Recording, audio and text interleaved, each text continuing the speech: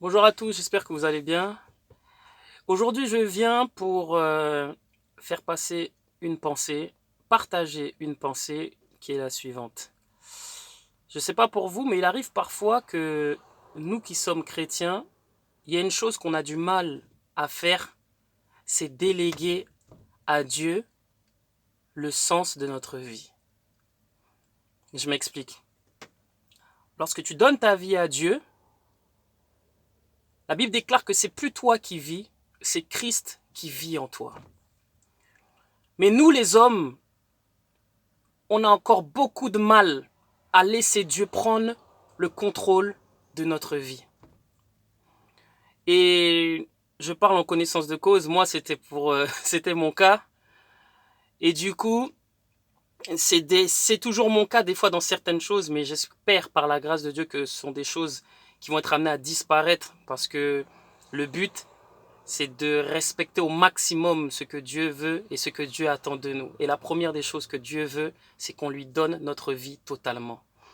Et il arrive parfois qu'on ait des blocages, qu'on ait des difficultés justement parce que on ne laisse pas Dieu prendre le contrôle total de notre vie. Il y a encore des choses qu'on veut contrôler, il y a encore des choses sur lesquelles on veut avoir un impact. Or, on ne peut plus avoir d'impact sur rien.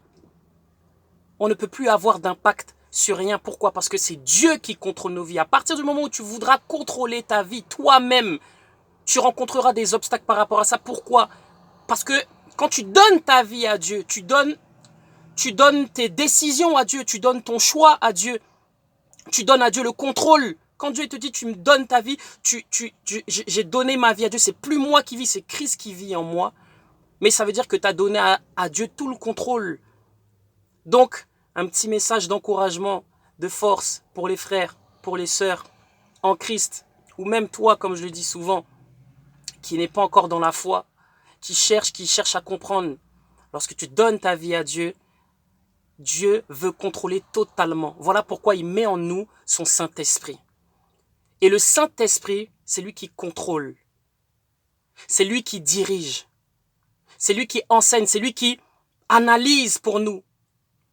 On doit lui laisser toute la place. Et croyez-moi, expérience à l'appui, lorsque vous laissez le Saint-Esprit contrôler votre vie, vous allez être surpris de voir les grandes choses que vous pensiez capables de faire.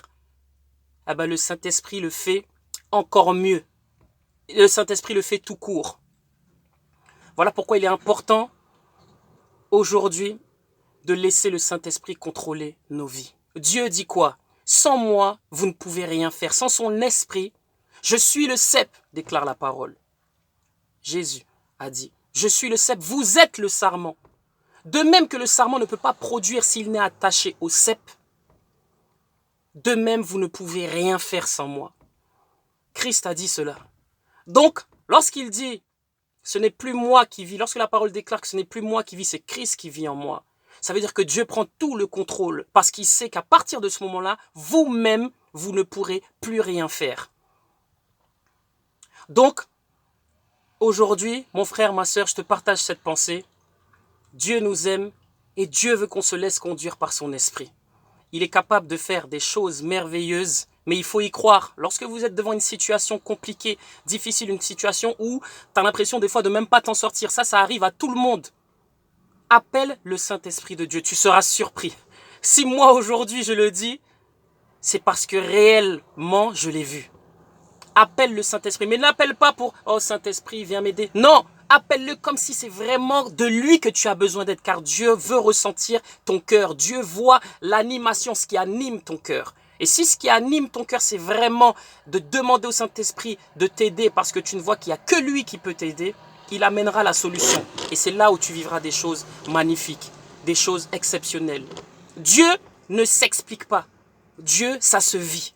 Les gens qui ne comprendront pas cela, c'est peut-être des gens qui se diront qu'ils n'ont pas besoin de Dieu ou qui ne sentent pas la nécessité. Mais tout le monde traverse des moments difficiles dans sa vie, des moments où tu ne sais pas à qui demander, tu ne sais pas comment faire, et où même si tu sais à qui demander ou tu sais peut-être comment faire, il n'y a pas forcément la solution. Alors que Dieu, lui, c'est le seul et l'unique. Il ne te décevra pas. Et lui, dès que tu l'appelleras, tac au tac, il répondra. Ça, c'est une certitude. Sinon, la Bible ment. Sinon, la Bible ment.